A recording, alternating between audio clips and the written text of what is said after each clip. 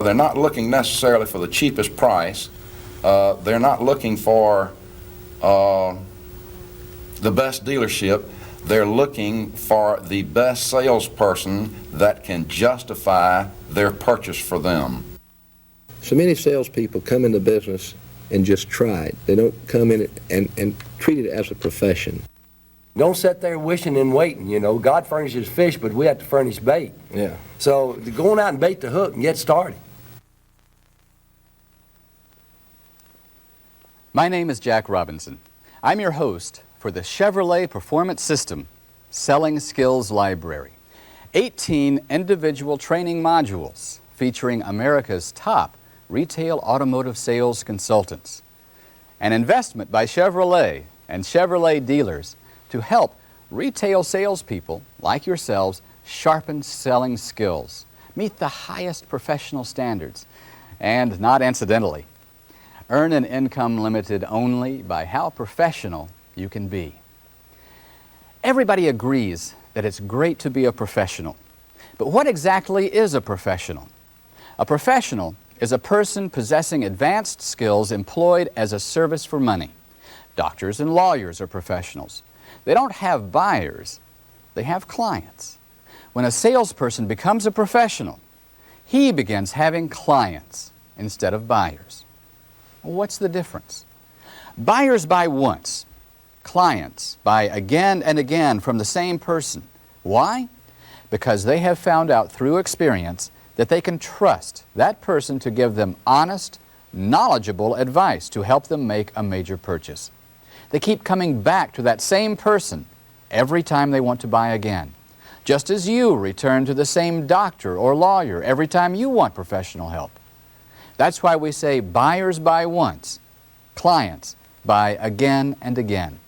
The basis for professionalism in any field is knowledge and skill. It used to be that a car salesperson could make a lot of money with very little knowledge or skill, but this is changing. Today's cars and trucks are more sophisticated, more expensive, and sales methods more organized. That's why today's salesperson must improve his or her professional skills. You have to keep up. That's why we've developed the Selling Skills Library. Let's begin with the customer, specifically what they expect of salespeople. To find out, we interviewed dozens of recent car and truck buyers on videotape. Then, hundreds of recent buyers were polled in a nationwide survey, and their remarks analyzed by a consumer expert, Mr. Sandy Hoffman, Senior Vice President of Yankelovich, Skelly & White, a well-respected New York consulting organization. More than ever, customers are preparing to buy a new vehicle. They do research, read magazines, newspapers, and talk to other owners. There's a lot of media pressure to be an informed buyer. More extensive results of our customer expectations research are reported later in this module. Chevrolet also conducted an extensive non-buyer survey to find out why prospective Chevrolet customers walk. We studied dealership master control reports from dealerships in widely separated parts of the country, and then made calls to over 400 individuals who had visited a Chevrolet dealership and left without buying.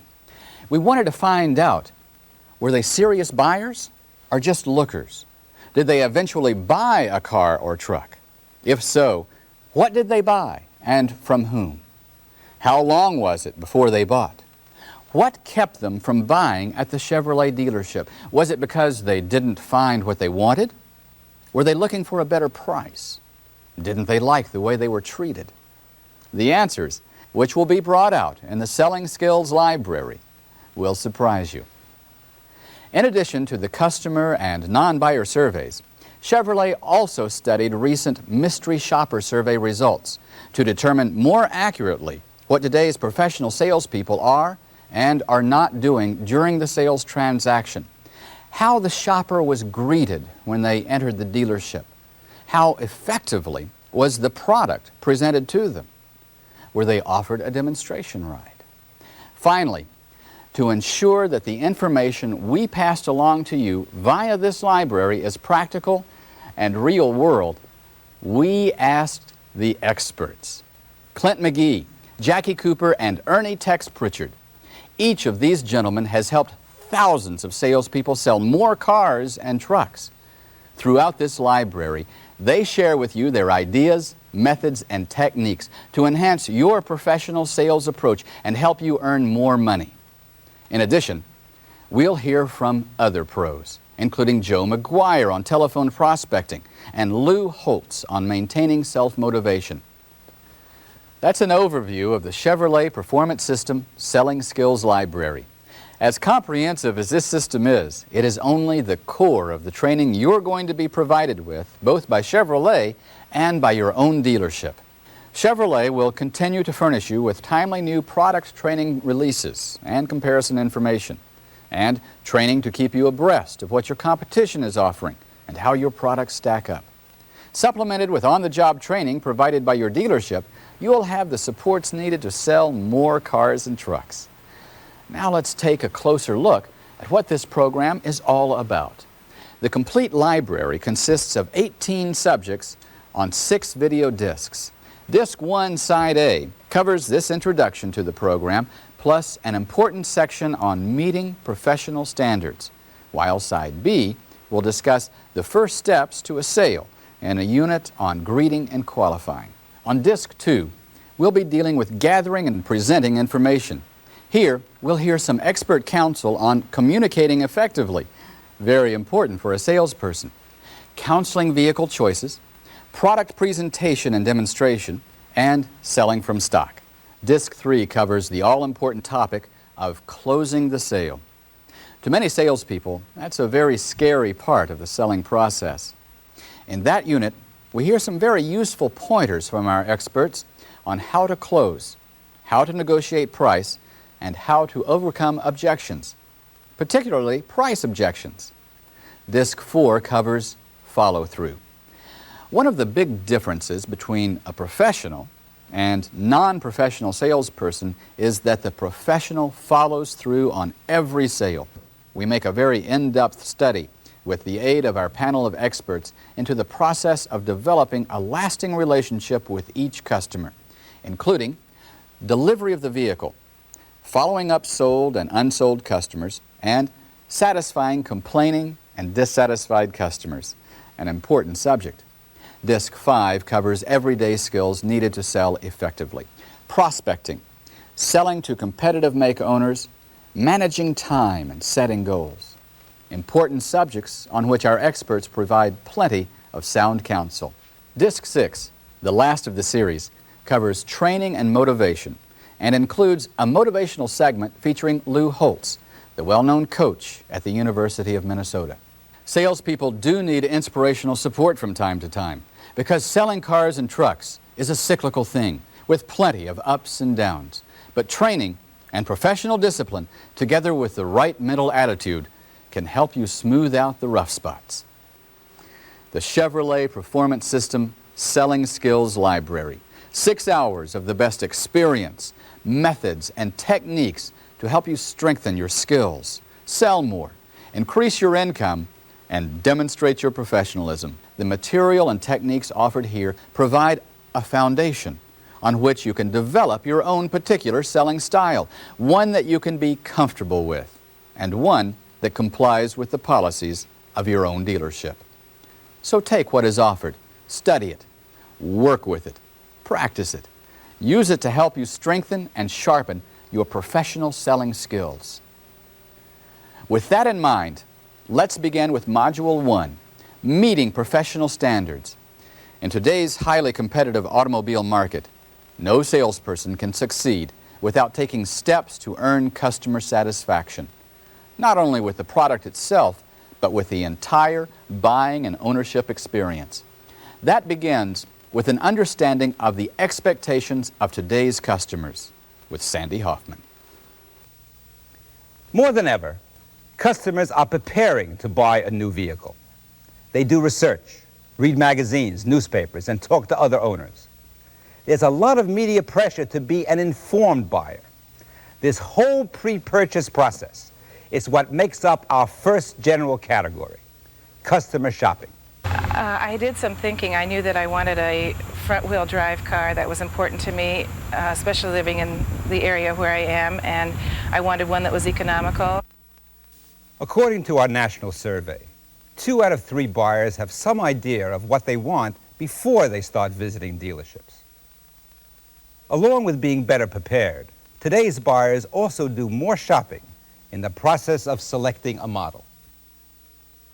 I did go through kind of a first stage of where I tried to narrow down a fairly large number of cars down to 2 or 3 that I was really serious about. I visited 3, basically.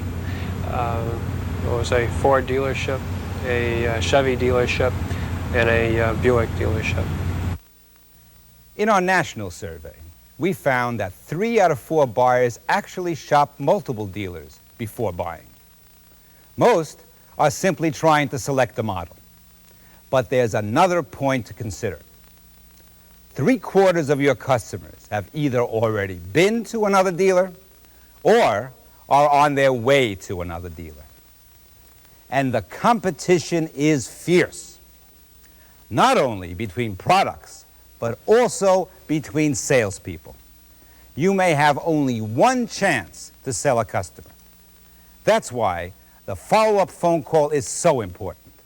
It gives you that extra chance to bring that customer back. The last stage of customer shopping is finding the best price. At this point in the process, the customer has already done research, shopped several dealerships to select a model, and now is ready to buy if the price is right.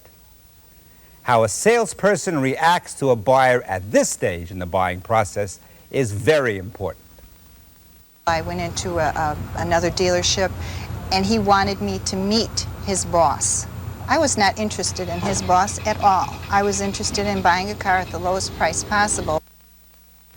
If many customers seem to want to cut through your presentation and get to the bottom line, that's because nationally, half of all buyers shop multiple dealerships for price considerations.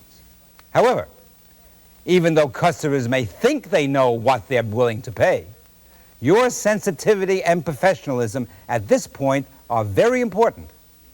You should make sure that the customer has really weighed all the options and factors in the sale and is truly ready to make a decision.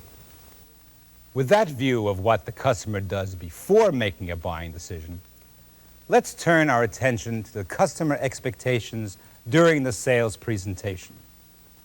Starting with greeting, the first impression you make on the customer. The way they dress, their mannerisms, all of that is a factor. And as to whether or not you trust what information you're being given. Which made me ill at ease as a professional myself. I think the old saying, you are what you look like you are, there's a great deal of truth to that. I'm basically uncomfortable dealing in high finance with someone who doesn't really look like they've enjoyed the benefits of high finance. Clearly, appearance, neatness, and professional mannerisms make a difference to today's buyers. Your clothes and manner should say, yes, I am a professional, yes, I can be trusted to provide accurate information, and yes, I handle $10,000 to $15,000 transactions as a matter of everyday business. After your initial appearance, how do customers expect to be greeted in the showroom? 9 out of 10 customers feel a welcoming and friendly greeting is significant. They like the salesperson to be attentive and ready to provide assistance. This kind of approach seems to put many customers at ease and make them more receptive to qualifying questions. Ask me about my driving experience. I thought it was a good way for me also to question myself to see if this particular car would be the right choice for me. Even though they might have a model in mind, 6 out of 10 customers want the salesperson to recommend a model that fits their needs. This may be nothing more than having you, a transportation expert, reconfirm their selection. In addition to receiving a professional greeting and being shown some specific models, customers expect salespeople to have thorough product knowledge and related knowledge, especially in 3 areas. Warranty terms and conditions were rated most important 75% of the time. Knowing the available inventory was rated most important 70% of the time. Finally, knowing the options and their advantages was rated most important 65% of the time. Customers want value for the dollar, and they expect you to prove it to them. Another area of the sales presentation rated consistently high by nearly all customers is the demonstration drive. Yes, we were offered a demonstration drive. He went over everything about the car and how the car operates, and he really filled me in on what I was buying. I think that probably did it in the long run. The demonstration drive remains the strongest point in your sales presentation. What I term as a high-pressure salesman. Some of the most pointed and strongly felt customer opinions were expressed in the area of high pressure versus aggressive selling. Let's hear how buyers make that distinction.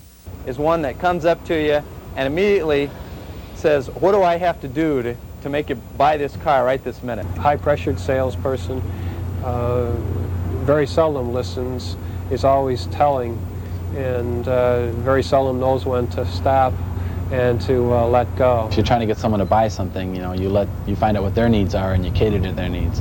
You don't push them into something you want to sell them into. So that an aggressive salesperson listens to what you're saying and reacts to it in his mannerisms. He knows when to stop. These customers have made some fairly clear distinctions between aggressive and high-pressure selling. According to them, an aggressive salesperson listens to the customer's needs, is attentive, doesn't try to handle 3 customers at the same time, answers questions directly, presents strong product information, but knows when to stop. And finally, gives the buyer the opportunity to make the purchase decision based on the facts presented. On the other hand, the high-pressure salesperson doesn't listen to customer needs, either hovers too close or is inattentive, serving other customers, doesn't take the time to present the product, goes for the close too soon, puts a time limit on the deal, buy today or it'll be gone tomorrow, and tries to force a purchase decision. These perspectives indicate that customers want the salesperson to be assertive, to show interest and initiative. But what happens when they are faced with a high-pressure salesperson? The survey results show 8 out of 10 men and 9 out of 10 women react very negatively when a salesperson uses high-pressure tactics. Another aspect of professionalism that was highlighted in our survey was the delivery. He stood with us and went through the booklet that probably I would have been at home 2 hours reading, and he summed it up in 15 minutes, everything we needed to know. By the time I'd gone back, there were a lot of things peculiar to the car that I'd forgotten from the previous time that I'd gone for a test drive. Customers expect the salesperson to be present at the time of delivery. They also appreciate a complete checkout of the vehicle operation. This is an especially strong point with buyers under the age of 25. 8 out of 10 in this group want an explanation of the vehicle features at the time of delivery. The last area of sales presentation our surveyed customers discussed was post-delivery follow-up. Overall, 6 out of 10 customers and 7 out of 10 customers under the age of 25 thought the follow-up phone call was very important. Your concern is reassuring, and with ongoing follow-up, you become more than a salesperson. You become a trusted professional. You've heard a lot about what customers expect from the buying experience. We know they are shopping more. They do research, visiting multiple dealers for model and price. They know the competition for their dollar is tough, so they appreciate follow-up efforts. Specifics about the sales presentation also emerged. Customers expect a courteous but not smothering greeting. They expect you to know at least as much about the product as they do, and a lot more about warranty, finance, and available inventory. They also generally want a demonstration drive before they'll negotiate. A preference for aggressive over high-pressure selling. A preference for the salesperson to be in control during negotiations. A desire for a full explanation of vehicle operation by the salesperson at delivery. And especially high marks for the salesperson who follows up after the delivery. We talked at the beginning of this program about the customer's desire to win. That doesn't mean you have to lose.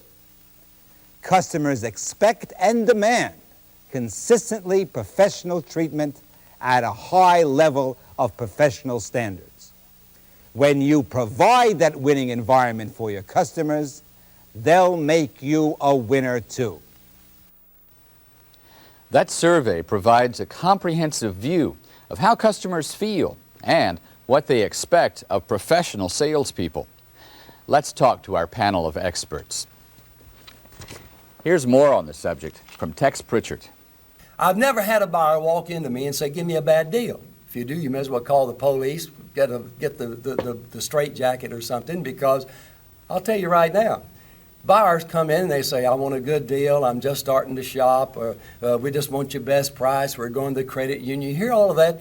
To me, that's trash. I want you to go deaf. I want you to keep that buyer talking, and I want you to slow that buyer down, because that buyer is telling you, friend, I have fear of loss, but I've come to you hoping through your counseling that I can get the hope for gain. I want to lose this fear of loss and get this hope for gain.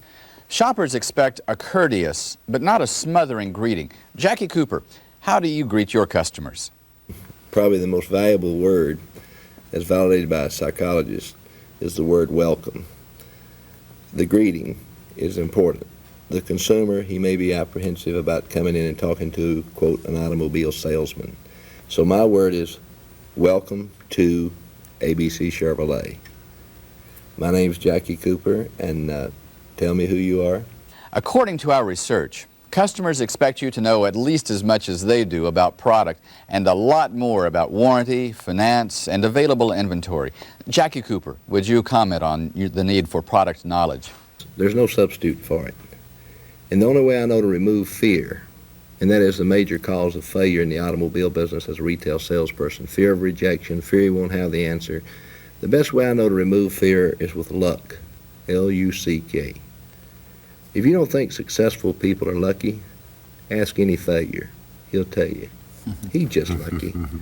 Luck is identified labor under correct knowledge. Now, if you labor under correct knowledge, you've got confidence. Customers generally want a demonstration drive before they'll negotiate. So says our research. Clint McGhee, would you comment? Well, Jack, the feature presentation, you showed him the product, and the only thing the demonstration ride is you're proving what you just told him. So they go hand in glove, and you can't do one without the other. They got to work together. Here it is. Now let me prove it to you that it's what I said it was. That's all it is. Customers tell us they prefer aggressive, but not high-pressure salesmanship. Tex? I think you got to be a tiger. You just can't give up. You got to be tenacious, but you can do that with you can be pressure with kid gloves. And I don't mean pressure as we think of it. I think it has to be tenacity and persistence. Also from our research, we know that customers prefer the salesperson to be in control during the negotiation. I believe to control a conversation, you've got to ask the last question. And by asking the last question, you've got control. If the prospect's talking, the salesperson has control. Very definitely. Customers expect a full explanation of vehicle operation at delivery. Chevrolet has set a professional standard of performance in their Commitment to Excellence program. In this program, part of it is the delivery. It is an excellent practical way to make a delivery because this is the beginning of the owner follow-up. A delivery, you say hello and not goodbye. Finally, research indicates that customers give high marks to the salesperson who follows up after delivery.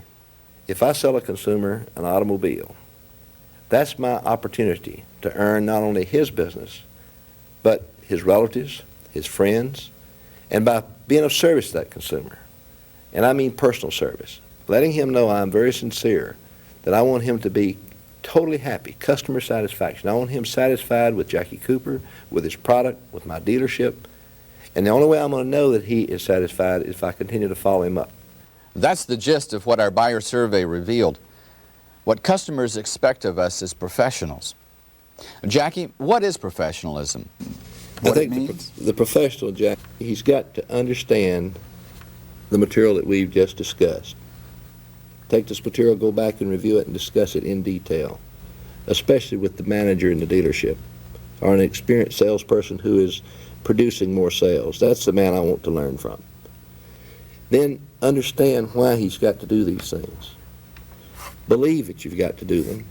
Now practice doing those. And if you understand it and you believe it and you practice it, professionalism is yours. The thing that I identify with every professional that I know in the automobile business, something we all have interest in. Thanks, Jackie. I think that sums it up very well. The Chevrolet Performance System, based on research and input from leading automotive sales authorities, developed standards of professionalism for dealers, sales managers, service managers, and salespeople. These are the standards for retail salespeople. The 10 standards outlined here are the basis for the Selling Skills Library, which you are now studying. With this program, you have a tremendous opportunity for self-improvement and increased sales and commissions. Be sure you make the most of it.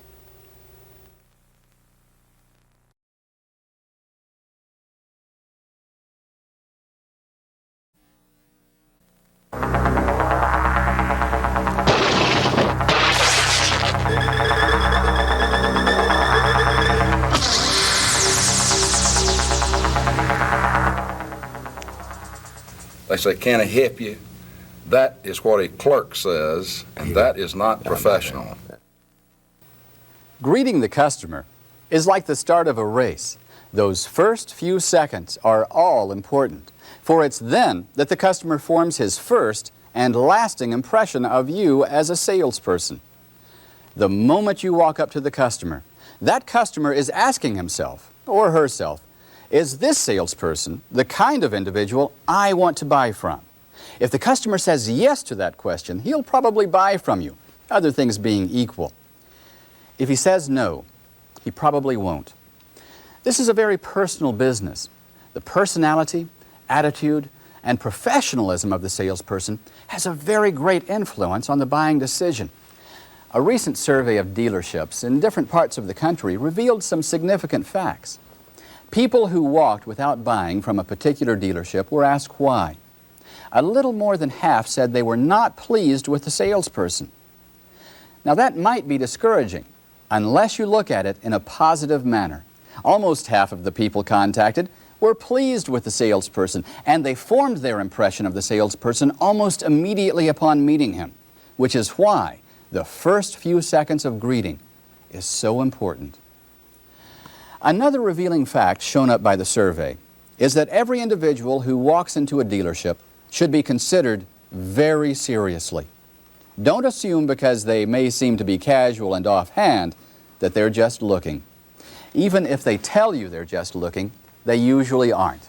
They're serious about buying.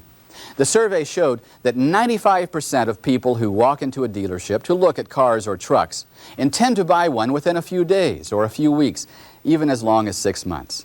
but they were definitely in the market to buy. Only 5% admitted that they were just looking. So each one should be greeted as a potentially hot prospect.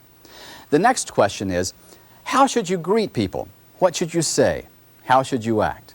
For that, let's go to some experts. I'd like to start this series of questions off by asking each of you how you greet customers. What exactly do you do or say? Jack, if I could approach that from probably the most valuable word, as validated by a psychologist, is the word welcome. The greeting is important. The consumer, he may be apprehensive about coming in and talking to, quote, an automobile salesman. So my word is welcome to ABC Chevrolet. My name's Jackie Cooper, and tell me who you are. Now that, again, for the audience, you can review that. But I find when I say welcome, that removes, I feel, any reluctance on the consumer's part. The handshake is not always necessary. Again, the audience could review it. I normally will use a handshake. Maybe it's a southern hospitality that I have, but welcome, it's a natural thing. I find it very difficult for a consumer not to extend his hand when I say welcome. Now, the next line is extremely important. It could be, I appreciate you giving me the opportunity to be of service. Again, it could be the line that you used, what could I sell you today? The audience would have to decide what is most appropriate. But mine is welcome to ABC Motors. My name is Jackie Cooper, and tell me who you are.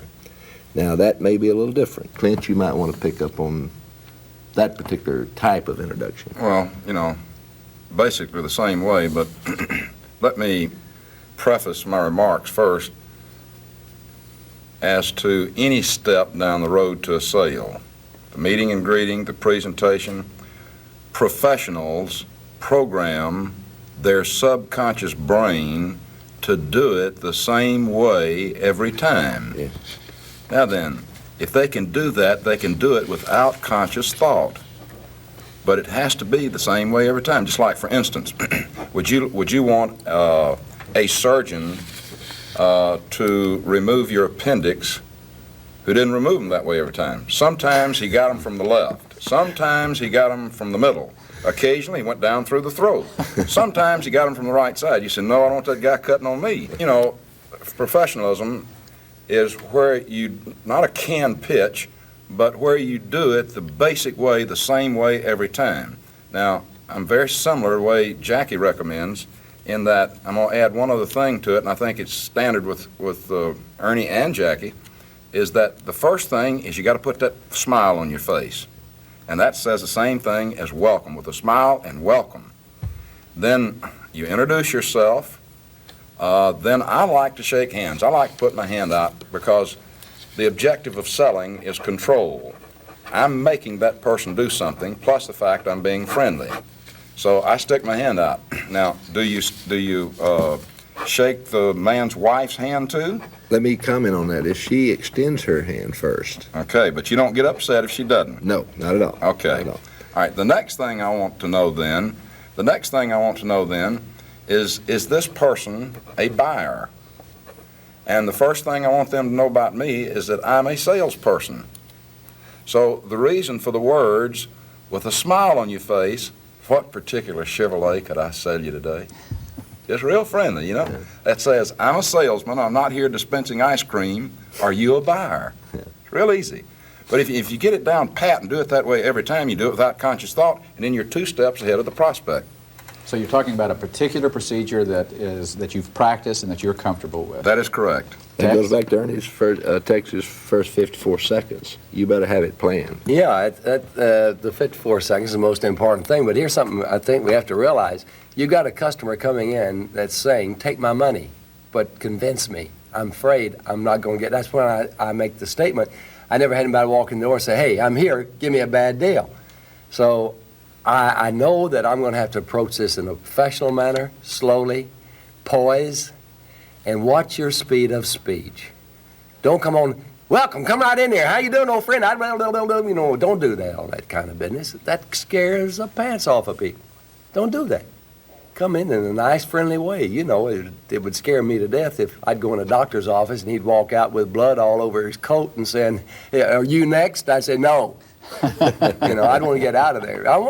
What I'm saying, Jack, what I'm reading from these two fellows, and I've been to both their seminars, that's where I learned this, is the fact that we're saying, be a pro, be professional. Mm-hmm. If we're ever going to raise our standard of excellence, it starts with the sale. And that first 54 seconds is so tremendously important. Come on to the customer slowly until you've won a friend. It'd be just like a young man that's courting a pretty girl. If he walks up to her, he don't grab her and kiss her first. He asks, you know, he's got to earn the right. You know, well, now there are some exceptions to that, I guess. But you've got to earn that right, and you got to earn that right from the customer. I've got to earn the right to earn their business, and I can't do it if I'm moving too fast, too quick. How do you establish a common ground with a potential customer? What I like to do, if we're near his car, which I strongly recommend that you do, because he will talk more around familiar surroundings. Some of the things I like to look at is the gas gauge. Is the gas tank full or empty? Look at the trunk. Has the trunk been cleaned out? Look at the glove compartment. Has it been cleaned out? Is there wear on the back seat? Like, for instance, you sure gotten a lot of use out of this car. Do you have any children? You know? Mm-hmm. And then I'm beginning to talk to him about something that he is familiar with. We see maybe a golf ball in the well of the tire well in the trunk, the spare. By the way, you're a scratch golfer? Where do you play? You know? And you just ask these questions, and all of a sudden, this person starts relaxing and says, well, you know, this is a pretty neat guy waiting on me. Uh-huh. He's interested in me and my family. And then it just goes into other things, but just little things like that you look at. I would raise the hood. I'd look under, see if there's anything, if maybe it's got a new battery. If it's got a new battery, I say, man, the used car manager's going to love to see this. Say something good about his car. And by the way, how did you keep the chrome so neat on this car? Mm-hmm. He loves this car. He's attached to it emotionally, and you pay attention to him and you find out a lot of things real quick, right on the meeting and the greeting, and it puts him at ease. Jack, I think it'd be important that those that are in the audience viewing this material keep in mind that everything's not going to go just as you plan it. Example, I was recently in a Chevrolet store in Nashville, Tennessee, and I used a similar question as Clint just referred to. I said, and what are you driving now? And the young fella almost, you could see the shame in his face. He looked down at his feet and he said, Vega. And I said, a Vega? Yeah. I said, what model? 74. And I said, well, I've got a man that's interested in buying a Vega. Well, he just was reborn. You got a man who wants to buy a Vega? Come out here and let me show you my Vega. Well, now again, that was the illustration to let him lead me. Mm-hmm. But in the illustration, I'm trying to expose, it's not going to go planned every time the way that salesperson that's reviewing this material, he says, well, that's easy, it's going to work that way every time. The day's filled with surprises. And I was taught as a young salesperson, the person who can improvise is the man that will always succeed. So you have to improvise by taking and reviewing some of this material, maybe stopping and discussing it in detail with the sales manager or another successful salesperson. Thank you very much, gentlemen. Clint, any final comments on greeting? The greeting, as any other step down the road to a sale, should be done professionally. And you do that by doing the right things, the things that me and my colleagues here have discussed today. And as long as it's comfortable with you, just do it the same way every time. Thanks, Clint. On the road to a sale, your first impression tells your customer that you're a professional salesperson ready to earn his or her business. There are 4 important steps that should become habit. First, a welcome to your dealership with a smile in a prompt and friendly manner. Second, offer your hand and give your name. Third, ask the customer's name. In dealerships with master control or other logging procedures, it is required that the salesperson get the name, address, and telephone number of each prospect who walks in. But whether your store has master control or not, it's a good idea to do this. It enables you to follow up the prospect if he fails to buy and walks. By knowing how to reach him, you give yourself at least one more chance to close the sale. Fourth, ask a question to start the qualifying process, such as Clint McGhee's, "What particular Chevrolet can I sell you today?" Or, as Jackie Cooper says, "How can I be of service today?" Or better yet, one that you have found both comfortable and easy to use. Once the greeting phase is completed, the selling process moves to qualifying. Qualifying is an investigative process that begins right after the greeting and continues throughout the entire transaction. By asking open-ended and detailed questions and listening to the answers, a salesperson takes control of the situation and proceeds to find out the information needed to make the sale. Besides determining if the customer is ready, financially able, and willing to buy now, you should be constantly looking for the signals that will let you know how best to present your product, your dealership, and yourself. In other words, how to appeal to those things the customer is interested in, things that may be the key to his buying now, such as the right monthly payment, the right trade-in figure, or the right color of the new vehicle. As you know, each prospect presents a unique qualifying situation. There's no one right way to qualify, no hard and fast rules to follow. But there are some guidelines developed by experts that can be helpful. Let's talk to one of those experts now and find out what he has learned through long experience about the fine art of qualifying. What is qualifying to you, Clint? Qualifying, to me, is the basis of a sale. Qualifying is finding out what or why the prospect is buying. It's just that simple. And it's easy to do, and it should be done immediately after the meeting and greeting, because you can't do the other steps to a sale until you've qualified the prospect. That's what it is. How do you go about finding out what a prospective buyer is looking for in a new car, his needs, wants, and expectations? Well, people buy for one of four reasons. You have a need buyer, you have a prestige buyer, you have a love buyer, and you have an excitement buyer. Now, everybody will fall in one of those four categories. You need to know what category they fall into before you can make your feature presentation or demonstration ride, because that's why they're buying. For instance, a farmer comes in and he's going to buy a pickup truck to haul hay from pasture A to pasture B. Okay, once you find that out, and you find that out by asking questions, once you find that out, what are you going to talk to him about when you make your feature presentation? You would talk to him about economy, durability, warranty, and how he will earn his living, because that's why he's buying it. Now, most of the people are prestige buyers. They buy something they really don't want. I mean, they really don't need, but they want. So what we've got to do then is associate the product as to where it will be seen, because that's why he's buying it. Then you have the love buyer, and just to make a little quick analogy, you have never seen a soap commercial on TV that did not associate that product with a woman's husband or her children. And it gets in her subconscious, and they associate the product with someone she loves. That's how they sell their product.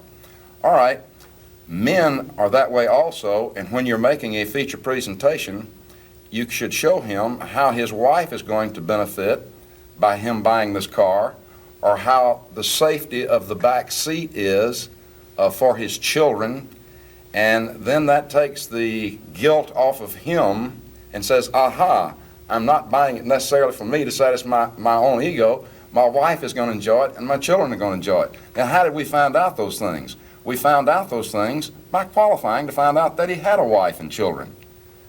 Then, of course, you have the excitement buyer. For instance, there the fastest that you can go in the United States today is 55 miles an hour. Did you ever wonder why the speedometer says 85? It's exciting to sit behind the wheel of this vehicle, this car or truck, knowing that you can break the law, you know? Once you find these things out, then when you make your feature presentation, you can make it in terms of why they're buying and what they want to hear. We call that selling, and it doesn't occur until you qualify them.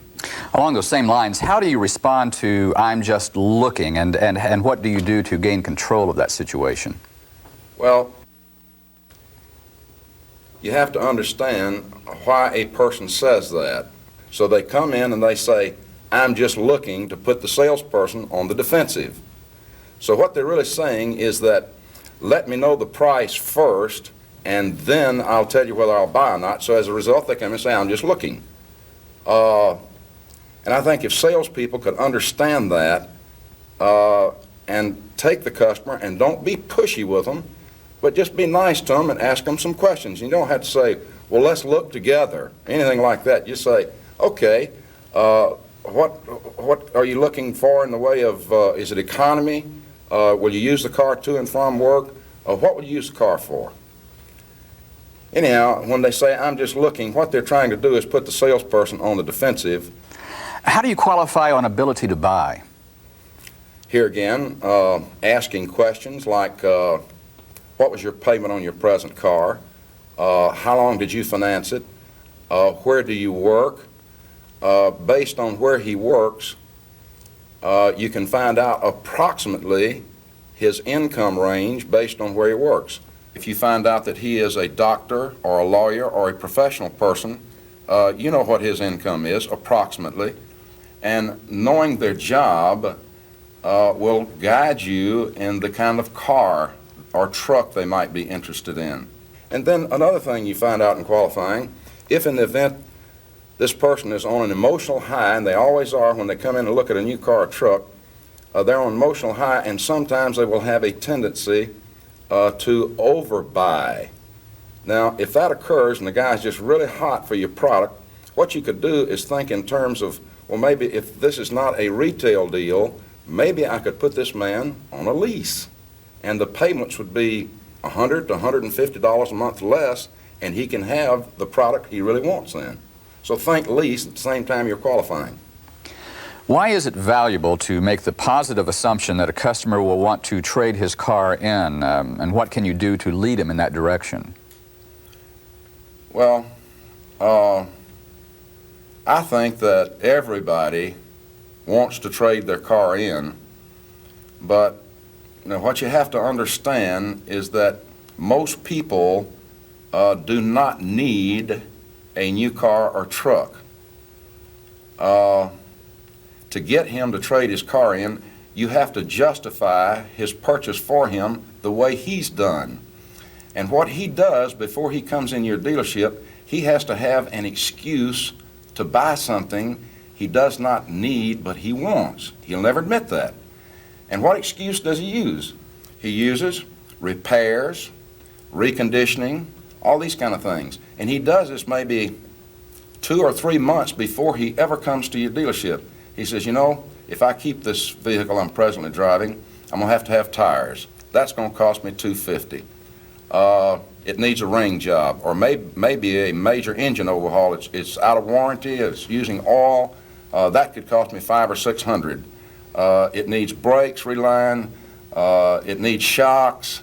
It needs a paint job, all these kind of things. And he builds up a big repair bill in the back of his head saying, if I keep this car, it's going to cost me about $1,000. The only thing the salesperson has got to do when he comes in is in qualifying him, the first thing he needs to do immediately after meeting and greeting, if the man does have a trade-in, you immediately go to his trade-in and start looking at his trade-in. And you make nice comments. Don't make any derogatory remarks about a person's trade-in. Say, you know what, man, you sure are smart to trade. You're not going to have to put tires on the car, and if you did, that'd cost you a couple of hundred. And by the way, is it using oil? It is. Well, we'll take care of that too. You sure are smart to trade. Now let somebody else handle all these repairs and reconditioning for you. By the way, do you owe any money on this car? And Miss Smith, are you employed? By the way, do y'all have any children? By the way, where do you work, Mr. Smith? And you know, just casual conversation, you find out things about this person while you're walking around his vehicle, his trade-in. From there, then you know which tack to take and what car to put him on, and what he's interested in, and the type buyer he is. Real simple. It's not that hard to do. It's just being nice to people. That's all they want you to do, and help them justify their purchase. That's all. Finally, Clint, how do you find out what will make a person buy today, what his hot button is? What do you do to help him along in making the decision right now? Well, it is my opinion to get a person to buy today, you've got to find out why he's buying, because we know that it is one of the most difficult things in the world for a person to go commit himself or herself for 4 years on a car, truck, to say I'm going down and commit myself for $300 a month or thereabouts, $250, $300 a month, whatever. So when a person comes in your dealership, they are going to buy, or they wouldn't be down there. Most people don't go out and shop dealerships and kick tires. They don't like to do that. So what they're looking for, they're not looking necessarily for the cheapest price. They're not looking for the best dealership. They're looking for the best salesperson that can justify their purchase for them. That's what they're looking for, and once you do that for them, they will buy today. But you must, you got to ask them. You got to say, hey, if I can make this, put this thing in your price range and satisfy your monthly payments and work it in your budget and what have you, could you see your way clear to go ahead and take it today? Clint, would you summarize the importance of and benefits from qualifying? Jack, the importance of qualifying and the benefits of qualifying, I think, is the basis of professionalism. And I also believe that there are 3 things that you derive from qualifying. Number 1, you find out their ability to purchase. Number 2, you find out why they're buying, and you cannot present your product in terms of benefits unless you do that. And thirdly, the last thing you need to know, is he a hot prospect?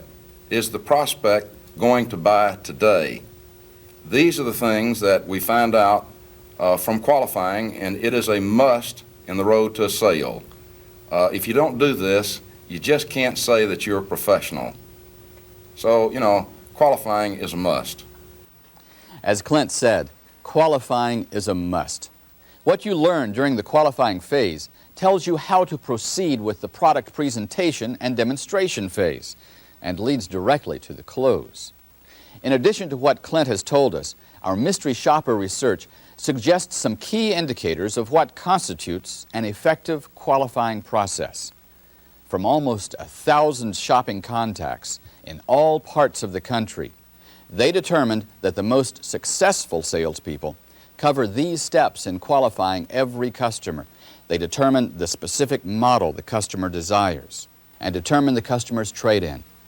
They ask questions to identify the customer's basic need for a vehicle, determine his current gas mileage, annual miles driven, family size, and passenger number. They inquire about whatever competitive shopping the customer has already done. Answers to these questions, asked during the all-important qualifying phase, not only tell them what particular vehicle to concentrate on, they also tell them what features and benefits to stress during the product presentation and demonstration that follows. Let's sum up what we've covered in this unit on greeting and qualifying. In the greeting phase, those first few seconds with the customer are, as Tex said, the most important ones you'll spend with them. They allow you to make a friend of the customer, to get on a personal basis and begin building a lasting relationship. From our research, we found out that no matter how casual a customer may appear when he or she walks in, you cannot assume that they aren't serious about buying.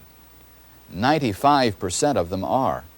And they should. Greeting is the qualifying phase, for it's here that your questions guide you in how to present the product to them and how to hold a prospective buyer's interest. Together, greeting and qualifying are the foundation on which all the rest of your presentation is built. The stronger that foundation is, the more likely you are to build to a successful close and sale.